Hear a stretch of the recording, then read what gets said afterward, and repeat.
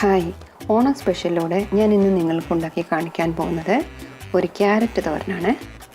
ഇതിനി ആവശ്യമുള്ള സാധനങ്ങൾ എന്തൊക്കെയാണെന്ന് നമുക്ക് നോക്കാം.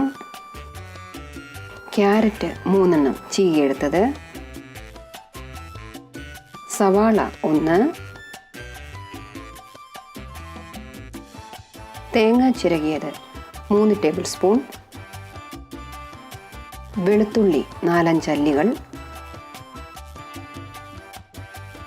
പച്ചമുളക് 3 എണ്ണം, എണ്ണ 2 ടേബിൾ സ്പൂൺ, കടുക് 1/4 ടീസ്പൂൺ, കറിവേപ്പില ആവശ്യത്തിന്, ഉപ്പ് ആവശ്യത്തിന്. ഇനി ഇതെങ്ങനെയാണ് ഉണ്ടാക്കുന്നതെന്ന് നമുക്ക് നോക്കാം. ആദ്യം ചീനച്ചട്ടി ഒന്ന് ചൂടാക്കിയിട്ട് അതിലേക്ക് 2 ടേബിൾ സ്പൂൺ എണ്ണ ഒഴിച്ചു കൊടുക്കുക.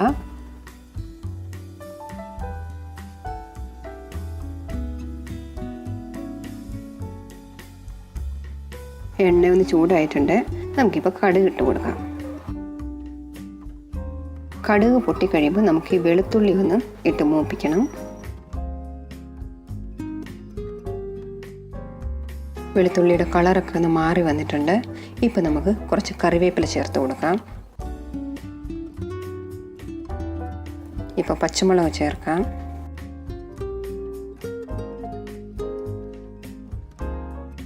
ഇപ്പം നമുക്ക് സവോള അരിഞ്ഞു വെച്ചത് ചേർത്ത് കൊടുക്കാം.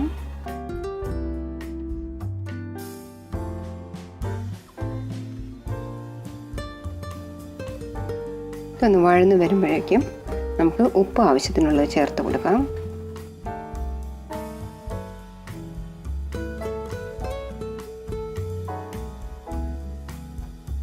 സവോളയൊക്കെ നന്നായിട്ടൊന്ന് വഴന്ന് വന്നിട്ടുണ്ട്.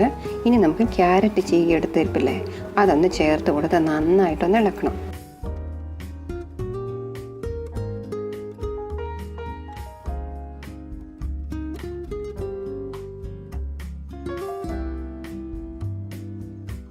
ഇനി നമുക്ക് കുറച്ച് നേരത്തേക്ക് ഇതൊന്ന് അടച്ചു വെച്ച് വേവിക്കണം.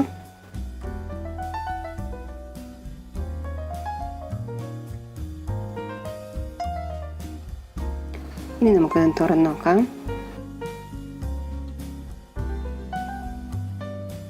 കണ്ടില്ലേ, ക്യാരറ്റിൻ്റെ കളറൊക്കെ ഒന്ന് ചെറുതായിട്ട് മാറി വരുന്നതേ ഉള്ളൂ.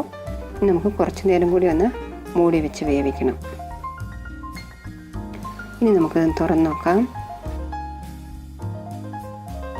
ഇപ്പോൾ കണ്ടില്ലേ, ക്യാരറ്റൊക്കെ നന്നായിട്ട് വെന്ത് വന്നിട്ടുണ്ട്. ഉപ്പിൻ്റെ അളവ് നോക്കിയിട്ട് വേണമെങ്കിൽ ഒരല്പം കൂടി ചേർത്ത് കൊടുക്കാം. ഇപ്പോൾ നന്നായിട്ടൊന്ന് ഇളക്കിയെടുക്കാം. ഇനി ഇതിലേക്ക് നമുക്ക് തേങ്ങ ഇട്ട് കൊടുക്കാം. തേങ്ങ നിങ്ങളുടെ ആവശ്യം പോലെ ചേർത്തോളൂ കേട്ടോ. ഏറെ വേണമെന്നുണ്ടെങ്കിൽ ഏറെ ചേർത്തോളൂ.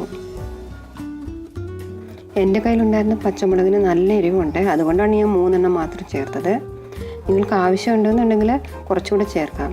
കാരണം ക്യാരറ്റിന് ഒരു മധുരം ഉണ്ടാവുമല്ലോ, അപ്പോൾ അതൊന്ന് മാറി കിട്ടാനായിട്ട് പച്ചമുളക് കൂടുതൽ ചേർക്കുകയോ ഇല്ലാന്നുണ്ടെങ്കിൽ ഒരല്പം മുളക് പൊടി കൂടെ ചേർത്ത് കൊടുക്കാം. കണ്ടില്ലേ, ഇതിപ്പോൾ റെഡിയായി. നിങ്ങളെല്ലാവരും ഇത് ഉണ്ടാക്കി നോക്കണേ. നിങ്ങൾക്ക് ഈ വീഡിയോ ഇഷ്ടമായെന്നുണ്ടെങ്കിൽ ലൈക്ക് ചെയ്യാൻ മറക്കരുത്.